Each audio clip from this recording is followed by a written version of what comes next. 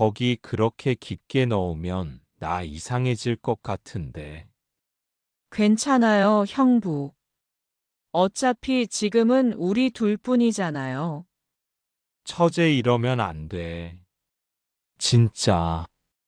왜요? 내가 먼저 잡았잖아요. 형부 손. 그건 그냥 떨어질까봐 그랬던 거야. 거짓말. 그날 이후로 형부 단 한 번도 눈을 피하지 않았어요. 그날 이후 우리 사이엔 말하지 못할 공기가 생겼다.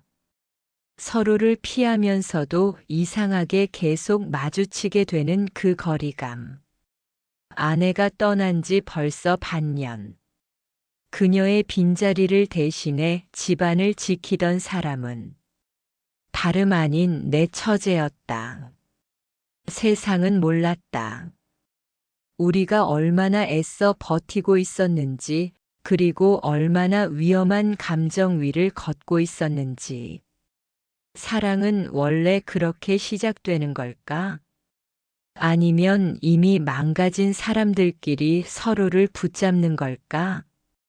오늘의 이야기는 한 남자와 한 여자의 용서받지 못한 사랑, 그리고 세상이 몰랐던 그날 밤의 진실에 관한 기록이다. 구독과 좋아요, 그리고 당신의 생각을 댓글로 남겨주세요. 이 사랑 당신이라면 이해할 수 있겠습니까? 아내가 떠난 날 세상은 너무 조용했다. 구급차의 사이렌이 멀어지고 손에 남은 건 미처 다치지 못한 그녀의 손끝 온기뿐이었다. 그 손을 놓지 않으려 얼마나 버텼는지 모른다. 하지만 결국 식어버린 온기는 아무리 움켜쥐어도 돌아오지 않았다. 그날 이후 나는 매일 밤 같은 악몽을 꿨다. 식탁 위에 놓인 두 개의 그릇. 그 맞은편엔 아무도 앉지 않았다. 젓가락 소리 하나 없는 집은 그렇게 점점 썩은 공기로 가득 차갔다. 형부, 밥 좀 드세요. 애들도 봐요. 그녀의 목소리가 들릴 때마다 나는 숨이 막혔다. 처제의 말 한마디 한마디가 마치 아내의 목소리처럼 들려왔다. 눈을 마주치지 않으려 애썼다. 그녀는 낯설게도 아내의 젊은 시절을 닮아 있었다. 웃을 때의 눈매, 무언가를 참고 있는 듯한 입술의 떨림까지. 아들은 19, 딸은 17. 아빠, 엄마 언제 와? 그 질문은 처음 며칠간 계속됐다. 그러다 아이들도 어느 순간부터 그 말을 꺼내지 않았다. 그 대신 식탁에는 늘 셋의 그릇만 놓였다. 아내의 그릇은 아직도 찬장 제일 윗칸에 있었다. 처제가 들어온 건 사고가 난 지 2달째 되던 날이었다. 군인 숙소라 공간이 좁았지만 그녀는 별말 없이 조용히 방 하나를 정리했다. 처음엔 그저 고마웠다. 아내가 떠난 뒤 제대로 된 밥 한 끼 먹어본 적이 없었으니까. 형부 된장찌개 괜찮아요? 응, 냄새 좋네. 그 한마디가 그렇게 어려웠다. 내 목소리는 늘 어딘가 걸려 있었고 그녀는 그런 나를 마주보며 묘하게 안쓰럽다는 듯 웃었다. 밤마다 아이들 방 불을 끄고 나오면 거실 불빛만 희미하게 남았다. 그 불빛 아래 처제는 식탁에 앉아 무언가를 정리하고 있었다. 보험 서류, 학교 일정표, 심지어 내 세탁물까지. 그녀의 손길이 닿는 곳마다 아내의 빈자리가 메워져 갔다. 나는 그게 이상하게 불편했다. 누군가의 손에 집이 다시 살아나는 게 싫었다. 하지만 동시에 고마웠다. 그녀가 없었다면 아마 이 집은 더 빨리 무너졌을 것이다. 어느 날 밤 나는 우연히 그녀가 방 안에서 울고 있는 걸 봤다. 아내의 사진 앞에서 조용히 어깨를 떨고 있었다. 그 모습이 자꾸 떠올랐다. 그녀의 눈물은 이상하게도 내 것보다 더 아프게 느껴졌다. 며칠 뒤 저녁 식탁에서 그녀가 말했다. 형부, 너무 혼자 애쓰지 마세요. 언니도 그런 거 원하지 않았을 거예요. 그녀의 말이 끝나자 내 손에 들려있던 숟가락이 멈췄다. 그녀의 손끝이 내 손등에 스쳤다.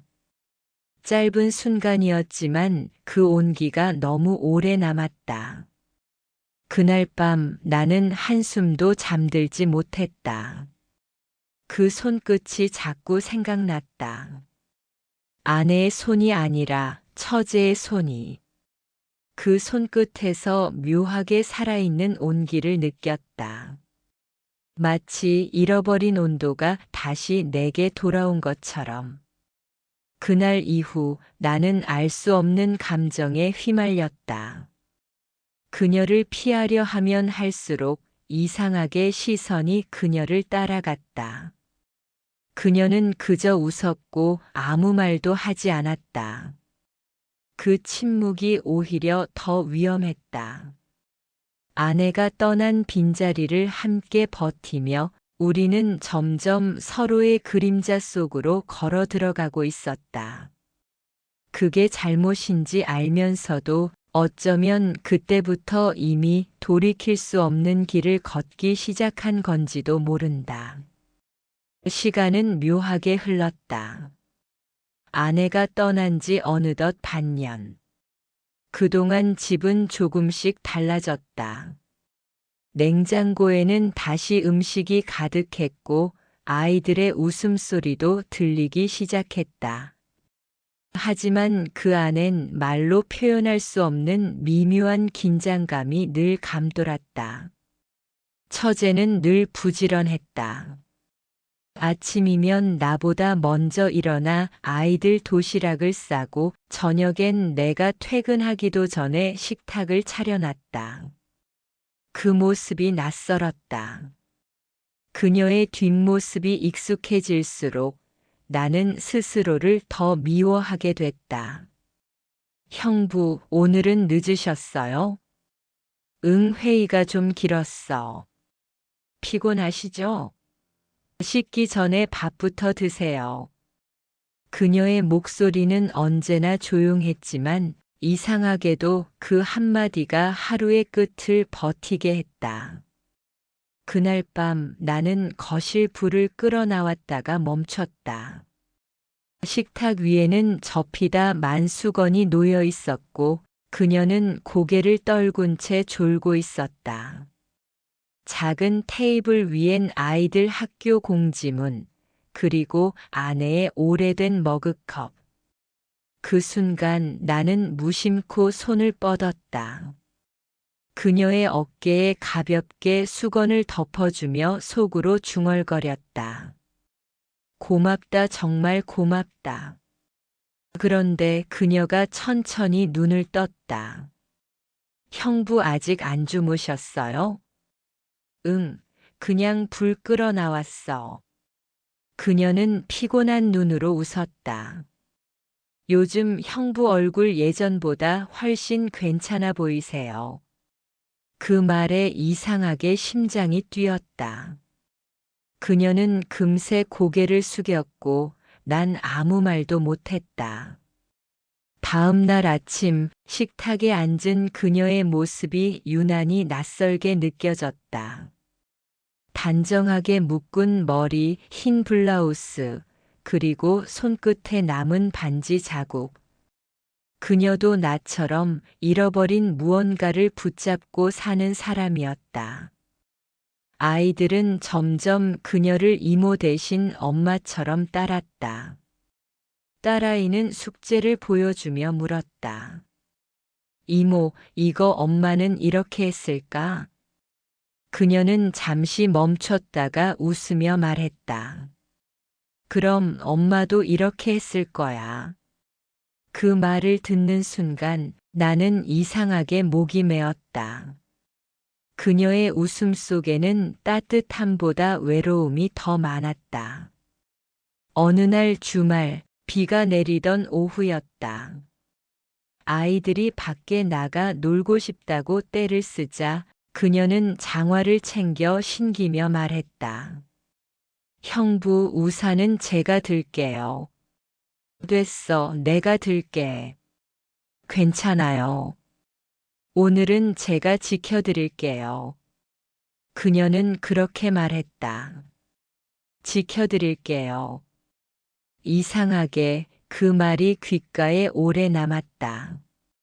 그날 밤 빗소리 사이로 그녀의 웃음이 들렸다. 거실에 앉아 앨범을 넘기던 그녀의 옆에 나도 모르게 앉았다. 사진 속엔 웃고 있는 아내와 우리 셋의 모습. 그녀가 조용히 말했다. 언니가 있었으면 좋았을 텐데요.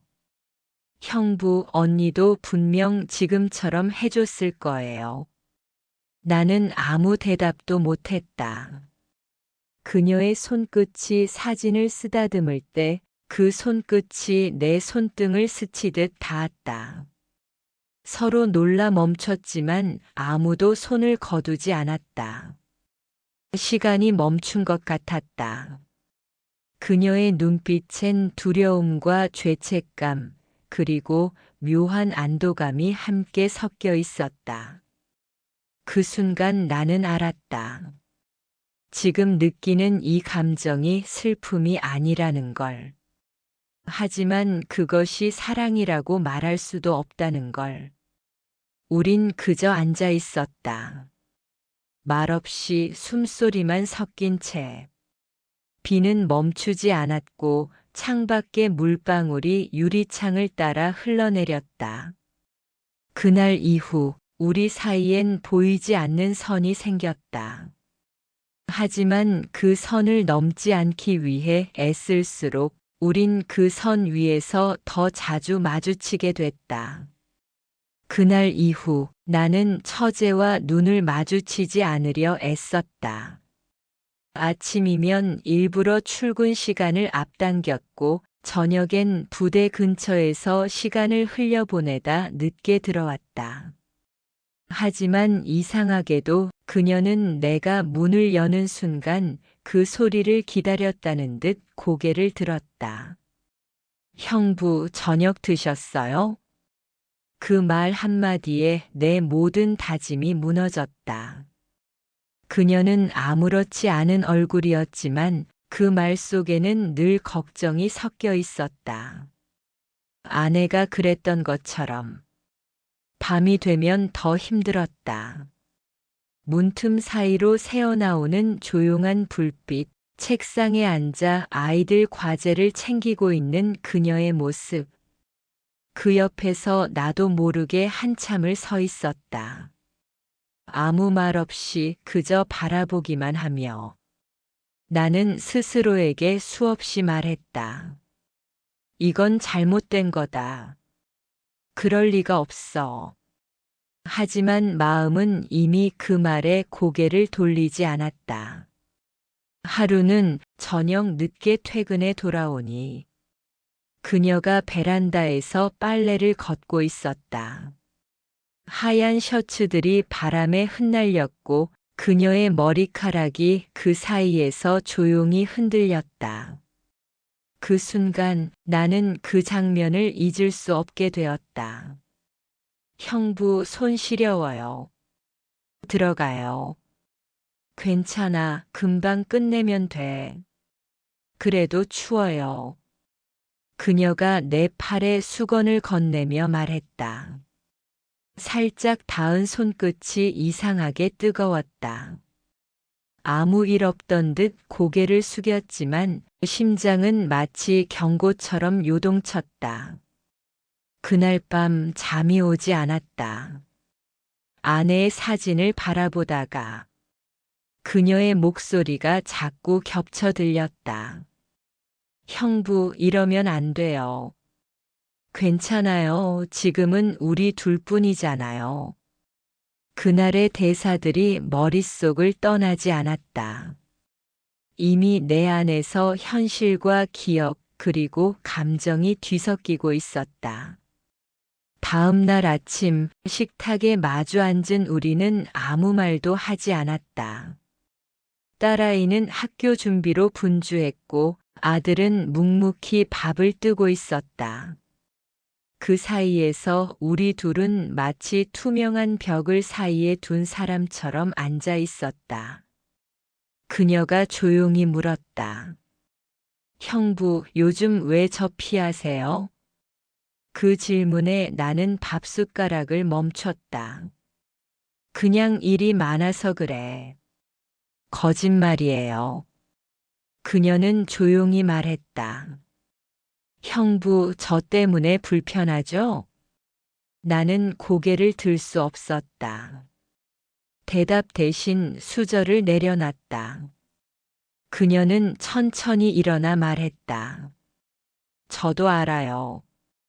이게 잘못된 감정이라는 거. 그 말이 심장을 찔렀다. 그녀의 눈엔 눈물이 맺혀 있었고 그 눈물은 사랑이라는 단어보다 훨씬 무거워 보였다.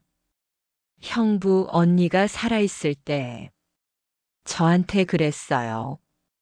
내가 나 없을 땐 저 사람 혼자 두지 마라. 그 약속을 난 지키고 싶었어요. 그런데 요즘은 그게 너무 무서워요. 그녀의 말이 끝나자 나는 아무 소리도 낼 수 없었다. 그녀가 돌아서던 뒷모습은 처음처럼 단단했지만 그 안에는 무너지는 울음이 묻어 있었다. 그날 밤 나는 창밖을 바라보며 오래 서 있었다. 눈이 내리고 있었다. 하얀 눈이 떨어질 때마다 지워지지 않는 죄책감이 조금씩 쌓여가는 것 같았다. 우린 아무 말도 하지 않았지만 서로의 마음은 이미 알고 있었다. 그게 사랑인지 죄인지 구분할 수 없었지만 단 한 가지는 분명했다. 이 감정은 이제 되돌릴 수 없다는 것. 그날은 비가 왔다. 종일 쏟아지던 빗소리가 창문을 때렸고 집안은 이상할 만큼 조용했다. 아이들은 학교 행사로 늦는다고 했고 집엔 나와 처제 단 둘뿐이었다. 퇴근하자마자 들이킨 술 한 잔이 온몸에 남은 긴장과 피로를 덮어버렸다. 비냄새, 젖은 흙냄새, 그리고 익숙한 된장국 냄새. 어딘가 아내의 흔적이 여전히 남아있는 집. 형부, 젖었잖아요. 옷 좀 갈아입으세요. 그녀가 수건을 내밀었다. 괜찮아. 금방 마를 거야. 이러다 감기 걸려요. 그녀는 내 앞에 앉았다. 조용히 내 손에 수건을 쥐어주며 말했다. 이제 좀 그만하세요. 뭘? 언니 떠난 자리 아직도 붙잡고 있잖아요. 그 말이 이상하게 아팠다. 붙잡지 않으면 다 사라질 것 같아서 그래. 그래도 살아야죠. 형부만 힘든 거 아니잖아요. 그녀의 눈동자에 눈물이 고였다. 나는 그 눈을 피하지 못했다. 그 순간 무언가가 마음속 깊은 곳에서 무너졌다. 거기 그렇게 깊게 넣으면 나 이상해질 것 같아요. 그녀의 떨리는 목소리가 들렸다. 괜찮아요, 오빠. 어차피 지금은 우리 둘뿐이잖아요. 처제, 이러면 안 돼. 진짜. 왜요? 내가 먼저 잡았잖아요. 오빠 손. 그건 그냥 떨어질까봐 그랬던 거야. 거짓말. 그날 이후로 오빠 단 한 번도 눈을 피하지 않았어요. 그날 밤 사람들이 들으면 분명 오해할 그 대화가 오갔다. 하지만 그때 내 손에 쥐어져 있던 건 그녀의 손이 아니라 벽에 걸린 아내의 사진 액자였다. 무겁게 떨어지던 액자를 그녀가 막으려다 함께 넘어졌고 순간적으로 나는 그녀를 끌어안았다. 서로의 숨이 엉키고 그 안에서 아내의 사진이 깨져버렸다. 그녀는 울었다. 언니가 우리를 보고 뭐라 할까요? 나는 대답 대신 깨진 액자 조각을 손에 쥐었다. 손끝이 베었지만 아무렇지 않았다. 언니가 그랬을 거야. 뭐라고요? 살아. 제발 살아. 내가 없어도 서로 지켜줘. 그녀는 고개를 숙이며 울음을 터뜨렸다. 비는 여전히 내리고 있었고 창문 밖에는 희미한 번개빛이 번졌다. 그 빛 아래에서 우린 아무 말도 하지 않았다. 하지만 서로의 눈은 울고 있었다. 그날 이후 집 안에는 유리 깨지는 소리 대신 묘한 침묵이 자리를 잡았다. 그 침묵은 죄책감이었고 동시에 위로였다. 그날 밤의 진실을 아는 사람은 우리 둘뿐이었다. 사람들은 오해하겠지. 그 대화가 무슨 뜻이었는지, 우리가 무슨 일을 했는지. 하지만 그건 중요하지 않았다. 그날 밤 우린 단 한 가지 사실만을 깨달았다. 서로가 없었다면 우린 아무도 남지 않았을 거라는 것. 그날 이후 우린 아무 일도 없었던 사람들처럼 살았다. 하지만 서로의 시선이 스칠 때마다 짧은 숨결 하나에도 기억이 흔들렸다. 무겁게 잠긴 문 뒤에서 우리의 마음은 더 조용히 요동치고 있었다. 아침이면 여전히 같은 풍경이었다. 처제는 아이들 도시락을 챙기고 나는 출근 준비를 하며 일부러 눈을 피했다. 그녀의 손끝이 닿지 않도록, 그녀의 시선이 내 쪽으로 머물지 않도록. 하지만 그럴수록 이상하게 그녀의 존재는 더 크게 느껴졌다. 회사에서도 집중이 되지 않았다. 보고서를 보다가도 문득 그녀의 목소리가 떠올랐다. 형부, 오늘은 좀 웃으세요. 그 한마디가 귓가에서 반복됐다. 며칠 뒤 부대 근처 마트에서 우연히 동료인 중대장을 만났다. 아, 형수님 요즘도 잘 지내시죠? 그 말에 순간적으로 몸이 굳었다. 나는 웃으며 대답했다. 아, 예, 잘 지냅니다. 거짓말이었다. 아내는 세상에 없었고 그 대신 매일 같은 집에 있는 건 처제였다. 그 사실이 이상하게 죄처럼 느껴졌다. 밤이 되면 그녀의 방 불빛이 유독 눈에 밟혔다. 문틈으로 새어나오는 희미한 조명. 그 불빛이 꺼지면 안심하면서도 다시 켜지면 또 마음이 흔들렸다. 나는 그렇게 하루하루 무너지고 있었다. 어느 날 딸아이가 학교에서 돌아오더니 말했다. 아빠, 친구들이 그래요. 이모가 이제 엄마 같대. 순간 숨이 막혔다. 나는 웃으려 했지만 입술이 떨렸다. 그냥 너희 이모가 너희 많이 챙겨서 그런가 보다. 그녀는 그 말을 듣고 조용히 고개를 숙였다. 애들이 그런 말 해도 괜찮아요. 그게 나쁜 말은 아니잖아요. 그녀의 미소는 슬펐다. 며칠 뒤 동네 주민 한 명이 나를 붙잡았다. 요즘도 혼자세요? 근데 그분은 누구예요? 가끔 집 앞에서 같이 들어가시던데. 나는 아무 대답도 못했다. 그저 어색한 웃음만 지었다. 소문은 그렇게 퍼져나갔다. 그날 밤 처제는 내게 물었다. 형부, 우리 잘못하고 있는 걸까요? 나는 잠시 침묵했다. 그녀의 목소리가 너무 진지해서 그 어떤 변명도 떠오르지 않았다. 사람들은 오해할 거예요. 그럼 우린요? 우린 모르겠어. 그냥 버티는 거지. 그녀는 창문을 바라보며 말했다.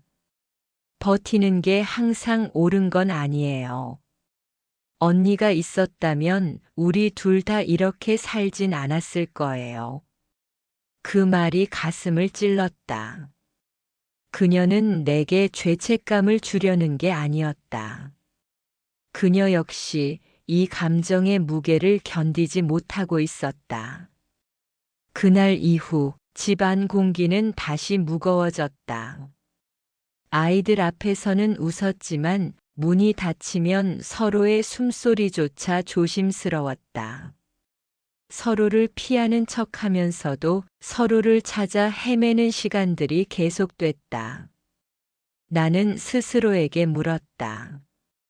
이게 사랑일까? 아니면 외로움의 착각일까? 그녀를 볼 때마다 마음이 따뜻해졌다.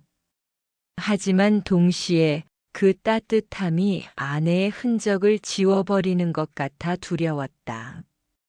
한밤중 거실 불빛 아래에서 그녀가 조용히 울고 있었다. 언니 사진 다시 액자에 넣었어요. 그녀의 손끝엔 여전히 그날의 흉터가 남아 있었다. 나는 아무 말도 하지 못했다. 그녀의 눈물은 빗방울처럼 떨어졌고 그 소리가 이상하게 가슴을 때렸다. 우린 그렇게 버텼다. 세상의 시선, 아이들의 오해, 그리고 우리 자신의 죄책감까지. 서로를 바라보지 않으려 해도 결국 마주하게 되는 순간이 찾아왔다. 그리고 그때마다 나는 같은 생각을 되뇌었다. 이 감정이 죄라면 우린 이미 그 죄 안에서 살아가고 있다. 그날은 유난히 하늘이 낮았다. 오전부터 쏟아지던 비는 멈출 기미가 없었고 습한 공기 속에서 사람들의 얼굴엔 짜증이 묻어 있었다. 나는 하루 종일 마음이 불안했다. 보고서 한 줄도 제대로 읽히지 않았고 머릿속에는 계속 그 집, 그 사람만 맴돌았다. 퇴근길 하늘이 터지듯 빗줄기가 쏟아졌다. 차창에 부딪히는 빗소리가 이상하게 거칠게 들렸다. 집 앞 골목에 들어섰을 때 낯익은 모습이 눈에 들어왔다. 우산도 없이 그녀가 서 있었다. 형부 이제 오셨어요? 그녀의 옷은 이미 젖어 있었고 머리카락은 빗물에 붙어 있었다. 왜 이러고 있어? 비 오는데. 그냥 숨 좀 쉬고 싶었어요. 그녀의 목소리가 떨렸다. 나는 잠시 말이 막혔다. 들어가자. 감기 걸리겠어. 싫어요. 지금 들어가면 아무 일도 없었던 것처럼 또 살아야 하잖아요. 그녀의 눈이 붉게 빛났다. 언니가 떠난 지 벌써 1년이에요. 근데 형부, 언니 이름 부를 때마다 눈 피하는 거 알아요? 그 말에 나는 고개를 들 수 없었다. 전 형부가 불쌍했어요. 그래서 도와주고 싶었어요. 그런데 어느 순간 그 불쌍함이 사랑으로 바뀌어 버렸어요. 빗소리가 더 커졌다. 나는 한 발짝 다가섰다. 그만해. 그런 말 하지 마. 왜요? 잘못된 거 알아요. 그래서 매일 괴로워요. 그런데도 형부가 힘들어할 때마다 언니가 아니라 내가 옆에 있고 싶었어요. 그녀의 눈물이 빗물에 섞여 흘러내렸다. 나는 그 눈을 피할 수 없었다. 그녀는 계속 말했다. 형부, 우리 이러면 안 되죠? 그런데 왜 자꾸 언니 생각이 아니라 형부 얼굴만 떠오를까요? 그 순간 나도 더 이상 견딜 수 없었다. 그만 울어. 내가 그렇게 말하자 그녀는 고개를 저으며 말했다. 아니요. 이제 그만 참을래요. 그녀가 한 걸음 다가왔다. 우산 사이로 쏟아지는 빗줄기 속에서 우리의 거리는 점점 좁혀졌다. 나는 뒤로 물러서려 했지만 이미 한 발 늦었다. 형부. 그녀의 목소리는 거의 속삭임이었다. 이제 언니 대신이 아니라 나로 봐주세요. 그 말이 끝나는 순간 나는 눈을 감았다. 비가 얼굴을 때렸고 그녀의 숨결이 가까이 느껴졌다. 서로를 끌어안지도 멀어지지도 못한 채 우린 그 자리에 멈춰 있었다. 미안해. 내 입에서 나온 첫말이었다. 그녀는 고개를 저었다. 미안하지 마요. 우린 그냥 살아남은 거예요. 그녀의 손이 내 손을 감쌌다. 그 손끝은 차가웠지만 그 안에는 이상하게 따뜻한 온기가 있었다. 우린 그렇게 빗속에 서 있었다. 누가 뭐라 해도 그 순간만큼은 서로를 놓을 수 없었다. 비가 멈출 기미는 없었다. 그날 밤 우리의 마음은 완전히 젖어버렸다. 죄와 용서, 사랑과 후회가 서로의 눈 속에서 뒤섞이고 있었다. 그리고 그때 나는 처음으로 깨달았다. 아내를 잃은 날 이후 처음으로 누군가의 품에서 숨을 쉬고 있다는 걸. 그날 밤 이후 우린 아무 말도 하지 않았다. 서로의 마음이 너무 커져버려서 무슨 말을 해도 다시 제자리로 돌아갈 수 없다는 걸 알고 있었기 때문이다. 다음 날 아침 집안은 평소와 다름없었다. 아이들은 등교 준비를 했고 식탁 위엔 된장국 냄새가 났다. 하지만 그날의 공기엔 설명할 수 없는 정적이 깔려 있었다. 형부, 오늘 회의 있으시죠? 응, 아마 늦을 것 같아. 그럼 저녁은 제가. 괜찮아. 나 늦을 거야. 짧은 대화 속에서도 숨이 막혔다. 그녀의 시선이 내 얼굴에 닿을 때마다 우린 동시에 고개를 돌렸다. 그날 이후 서로를 피하며 살았다.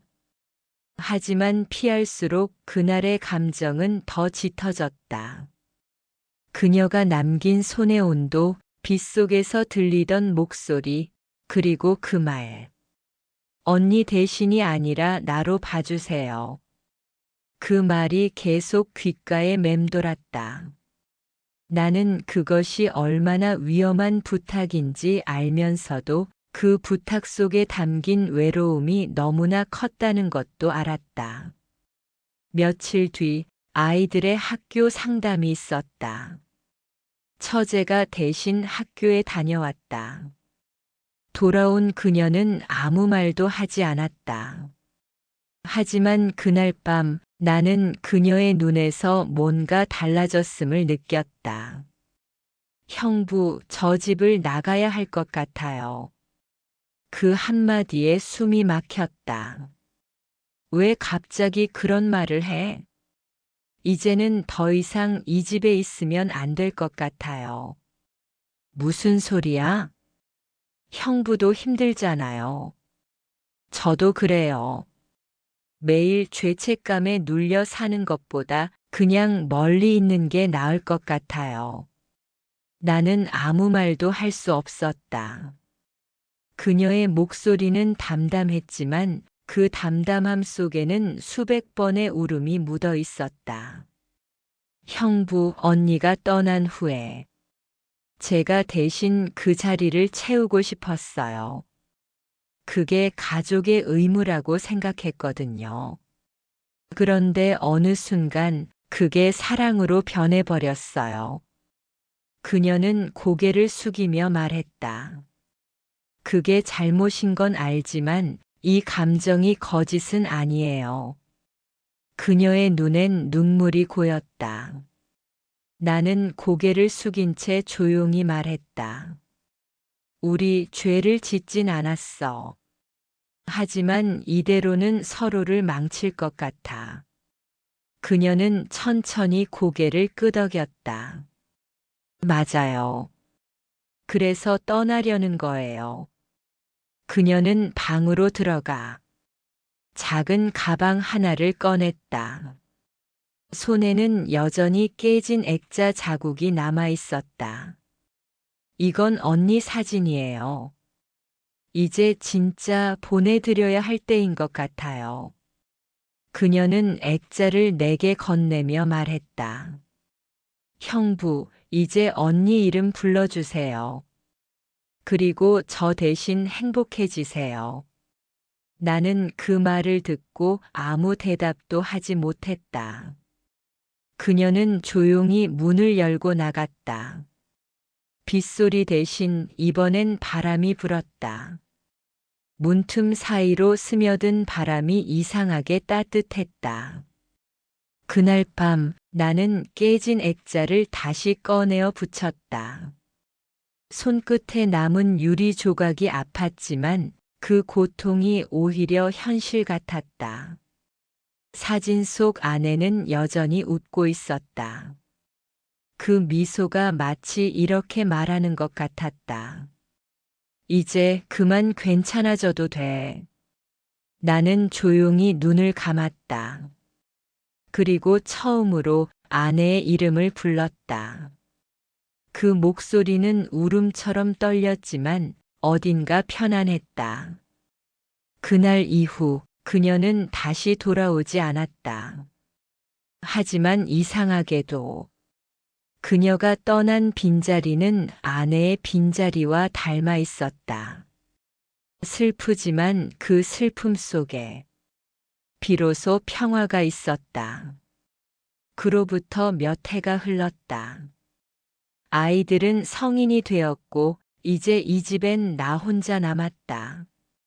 시간은 모든 걸 바꾼다고 하지만 그건 거짓말이었다. 시간은 상처를 덮을 뿐 결코 지워주진 않았다. 가끔씩 창밖을 보다 보면 빗소리가 들릴 때가 있다. 그때마다 그날의 장면이 떠오른다. 깨진 액자, 젖은 머리카락, 그리고 울고 있던 그녀의 얼굴. 그녀가 떠난 후 나는 한동안 죄책감에 시달렸다. 아내를 2번 잃은 기분이었다. 하지만 세월이 지나면서 그녀가 내게 남긴 마지막 말이 조금씩 마음에 스며들었다. 형부, 이제 언니 이름 불러주세요. 그 말 덕분에 나는 비로소 아내를 보내줄 수 있었다. 그녀가 없었다면 아마 평생 그 이름조차 부르지 못했을 것이다. 그녀는 내게 죄이자 구원이었고 금기였지만 동시에 위로였다. 나는 이제 안다. 사랑은 때로 죄처럼 다가오지만 그 안에도 인간의 진심이 숨어 있다는 걸. 누군가를 진심으로 아꼈던 마음은 형태를 바꿔도 사라지지 않는다. 그녀는 결국 떠났지만 그녀가 남기고 간 건 죄가 아니라 용서였다.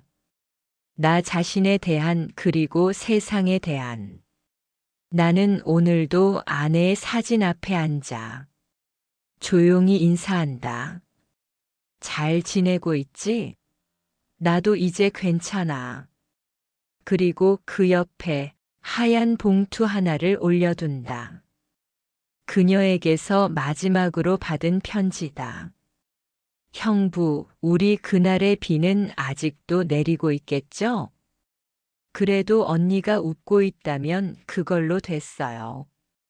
그 글씨는 아직도 또렷하다. 나는 그 편지를 천천히 접어 넣으며 중얼거린다. 그래, 이제 정말 괜찮아. 창문 너머로 햇살이 비쳤다. 언제부터인지 몰라도 비 냄새 대신 바람 냄새가 난다. 모든 건 제자리를 찾아가고 있었다. 이 이야기는 금지된 사랑의 형태를 빌렸지만 사실은 남겨진 사람들의 치유와 용서에 대한 기록이었다. 누군가를 잃고도 살아가야 하는 사람들, 그리고 그 빈자리를 어떻게 채워야 하는지를 묻는 이야기였다. 사랑과 죄의 경계는 늘 모호하다. 하지만 한 가지는 분명하다. 누군가를 진심으로 아꼈던 마음은 결코 부끄러운 것이 아니라는 것. 만약 당신이라면 어땠을까요? 사랑과 죄의 용서와 후회가 얽힌 이 관계 속에서 과연 어떤 선택을 했을까요? 정말 사랑이란 시간이 지나면 용서받을 수 있는 걸까요? 이 이야기가 당신의 마음에 작은 흔적이라도 남았다면 좋아요와 구독으로 다음 이야기를 함께 만들어주세요. 당신의 한 번의 클릭이 또 다른 사랑의 이야기를 이어갑니다.